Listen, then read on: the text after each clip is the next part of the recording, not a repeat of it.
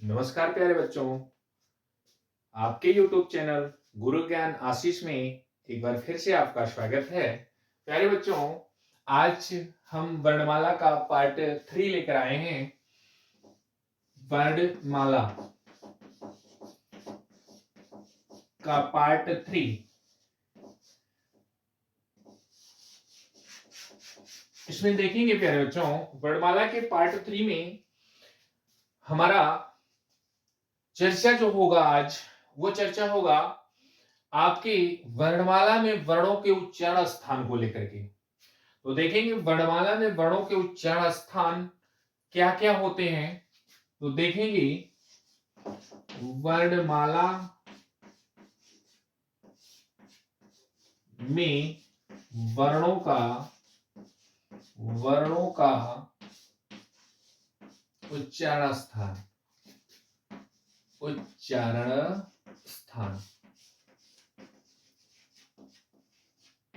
प्यारे बच्चों, इस उच्चारण स्थान को याद करने के लिए हम कुछ लाइनें लिखेंगे। यहाँ उस लाइनों में उस वर्ण और वर्ण के उच्चारण स्थान सब सम्मिलित होंगे। तो देखिएगा, यह तनिक आप समय देकर के, थोड़ा सा समय देकर के अगर इन लाइनों को आप सही ढंग से याद कर लेते हैं तो आपके एग्जाम में वह बड़ा ही सार्थक साबित होगा। तो देखेंगे, अकह विसर्ग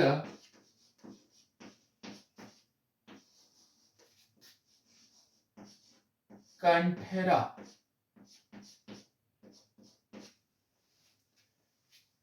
इचयस ईच यस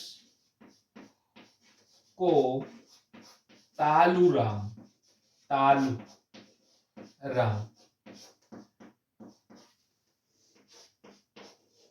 रेट रस को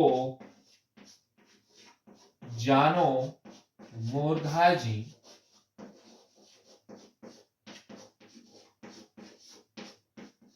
रेतस पुकारो दंत जी, रेतस पुकारो दंत जी।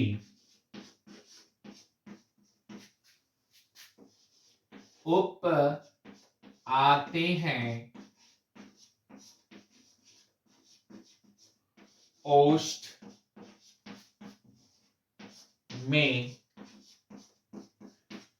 केवल व दंतोष्ठ में, केवल व दंतोष्ठ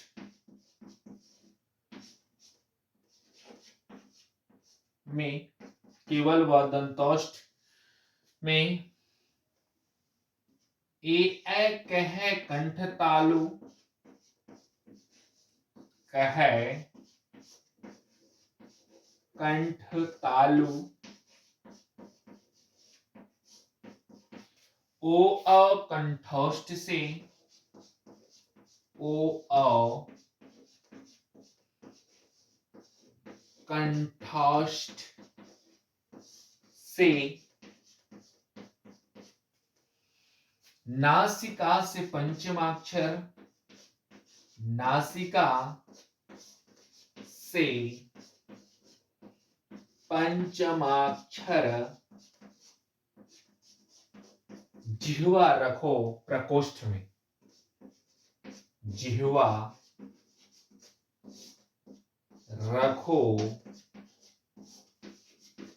प्रकोष्ठ में, अर्थात जिह्वा बीच में रह के सभी उच्चारण स्थान को करवाती है।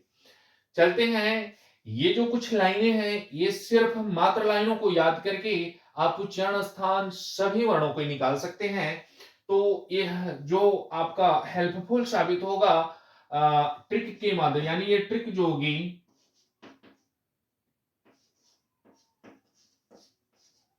होगी, आपकी, यह हेल्पफुल साबित होगी आपको उच्चारण स्थान निकालने में। तो देखें प्यारे बच्चों, इसमें देखेंगे मैं हर वर्ण को निकालूंगा और उसके उच्चारण स्थान को बताऊंगा।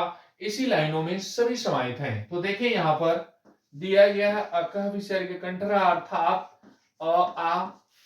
क का तात्पर्य यहाँ क वर्ग से पूरा है। क ख ग घ और ङ और ह है। ये देखिएगा विसर्ग है, इसका उच्चारण स्थान किससे होता है?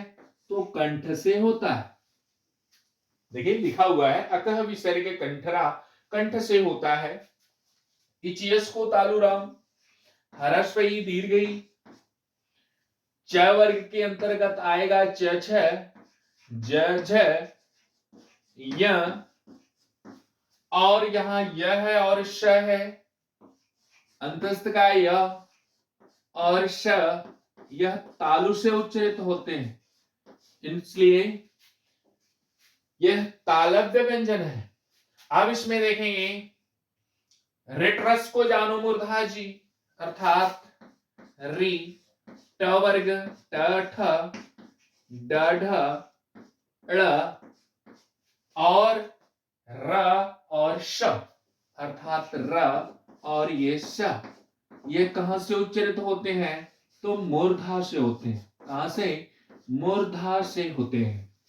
अब यहां देखिए लृतस पुकारो दंत जी, यह संस्कृत का स्वर ली हुआ है यानी लृ। त वर्ग आता है यानी त थ द ध न और श, इसका उच्चारण स्थान कहां पे है? दंत से होता है, दंत। उप आते हैं ओष्ठ में अर्थात ह्रस्व उ, दीर्घ ओ, प वर्ग आएगा यानी प फ ब भ और म। उप आते हैं ओष्ठ में अर्थात ये उच्चारित होते हैं ओष्ठ से। केवल व दंतोष्ठ में अर्थात वह सिर्फ ऐसा वर्ण है जो दो स्थान अर्थात दंत प्लस ओष्ठ, दंत प्लस ओष्ठ से उच्चारित होता है, इसलिए इसको कहा जाता है दंतोष्ठ। यहां देखेंगे ए एक है कंठ तालु अर्थात ये जो ए स्वर है, ए स्वर है, इसके भी दो स्थान होते हैं उच्चारित करने के, कंठ और तालु, कंठ और तालु। तो इसे कहते हैं कंठ तालु, कंठ तालु। फिर यहां देखेंगे ओ अकंठोष्ठ से अर्थात ओ तथा औ कंठ प्लस ओष्ठ, इसलिए इसको कहते हैं कंठोष्ठ। कंठोष्ठ से उच्चारित होता है। नासिका से पंचम अक्षर अर्थात ये जो नासिका से 5 अक्षर होते हैं ङ य ड़ न और म, ये नासिका से बोले जाते हैं। इसमें आपका अनुस्वार भी आ जाता है। तो प्यारे बच्चों ये देखिएगा नासिका से पंचमाक्षर जो दिया हुआ है, ये पांचों पंचमाक्षर हर वर्गीय व्यंजन का पंचमाक्षर, तो इसका स्थान 2 होता है। देख रहे हैं इसमें देखेंगे कंठ में न आया हुआ है, तालु में य आया हुआ है, ड़ में मूर्धा आया हुआ है, न में दंत है और म में ओष्ठ है। तो ये जो स्थान है इसका, इसका स्थान 2 होता है अर्थात अंगाक जो है इसके 2 स्थान होंगे यानी नासिका प्लस कंठ होगा। इसी प्रकार से यह जो है इसका स्थान नासिका प्लस तालु होगा और इसी प्रकार से ये जो आपका ड़ है इसका स्थान नासिका प्लस मूर्धा होगा, मूर्धा होगा।